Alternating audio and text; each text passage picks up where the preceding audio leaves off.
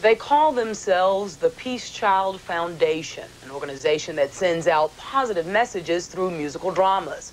They've tackled issues ranging from nuclear war to American-Soviet relations. This year's project focuses on Washington's drug epidemic, a futuristic play called The City of Peace. I know a boy by the name of John. He sold drugs, but now he's gone. He didn't really want to pay his bill. He didn't have the might or the skill or the will. I never been a king, I never wore a crown. Don't ever let nobody ever put you down. City of Peace is set in the year 2025. Washington has been at peace for some time now. The drugs, the violence, and the murders are long gone. It is now time to look back at the problems of the 1980s. Find that from starting from a hopeful perspective, it's already been accomplished. We know that we can do it. That gives them the added confidence it's been done. How is it done? You know, what did it take? And it somehow gives a positive note, whereas a lot of dramas one sees are very downbeat.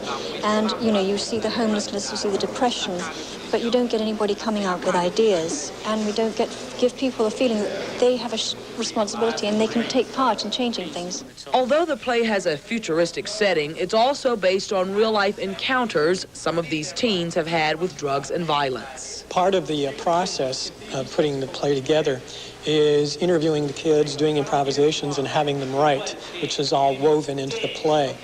And it's also taken from the kids' stories themselves. Now, a lot of these kids actually do live in the inner city and have some incredible stories about their lives and how drugs and other problems in the inner city have affected them.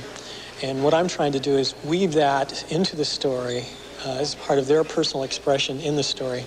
The performers include children from every part of the economic spectrum, inner city and suburban, and all of them have a pressing story to tell. We feel that Washington, D.C., that's been the trouble. You know, you go into a church, it's a black church, it's a white church. Everyone's polarized. Here we have kids from Sidwell Friends who will be with kids who come from a housing, you know, a homeless situation.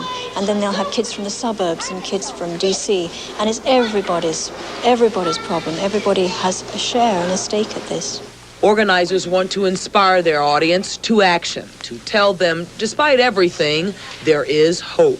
After all, it's a story that is coming from the words and hearts of the kids in the show.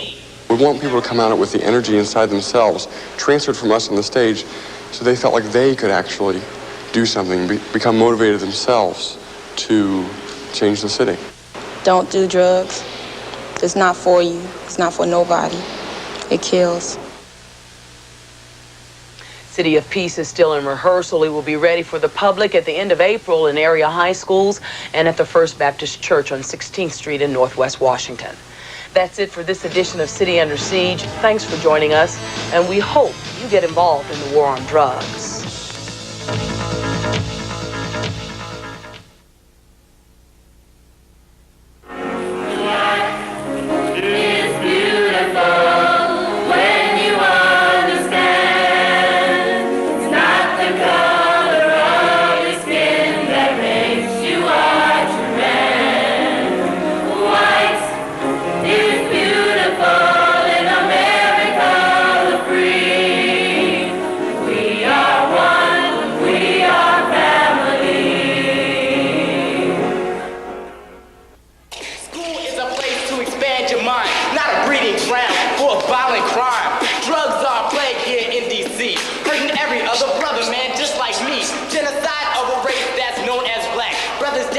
Stroking or smoking crack. Now your minds are trapped by the stereotype. Steady eating what they feeding, just believe in the hype. Falling for the trap by the skinnier ass. Just believe in my rap, cause you got no class. It begins with a shooting at a high school, and a little girl is shot. She's not a student at the school, but she had come to the school to talk her brother out of doing drugs because it was hurting her. But she gets shot and seriously wounded in the play. That's what Jacob says. We then follow the families. There's a black family and a white family, and they're both suffering from substance abuse. And together they hit upon a plan for a student forum which inspires the students to go out into the community and try and turn things around. They succeed at this, and they win national recognition for what they're doing. And at the conclusion of the play, they stand on the steps of the Lincoln Memorial, which is very historic because, of course, Martin Luther King stood there. He was a leader for a particular movement. These events are historic in that they brought people of different colors and beliefs together for one cause, and that's the human cause of equality and justice. Well, we're drawing a parallel here. It's a fantasy because we're talking about something that hasn't actually happened, but would be nice if it did happen. And the parallel being that new leaders are emerging when there's a crisis, when something needs to be done.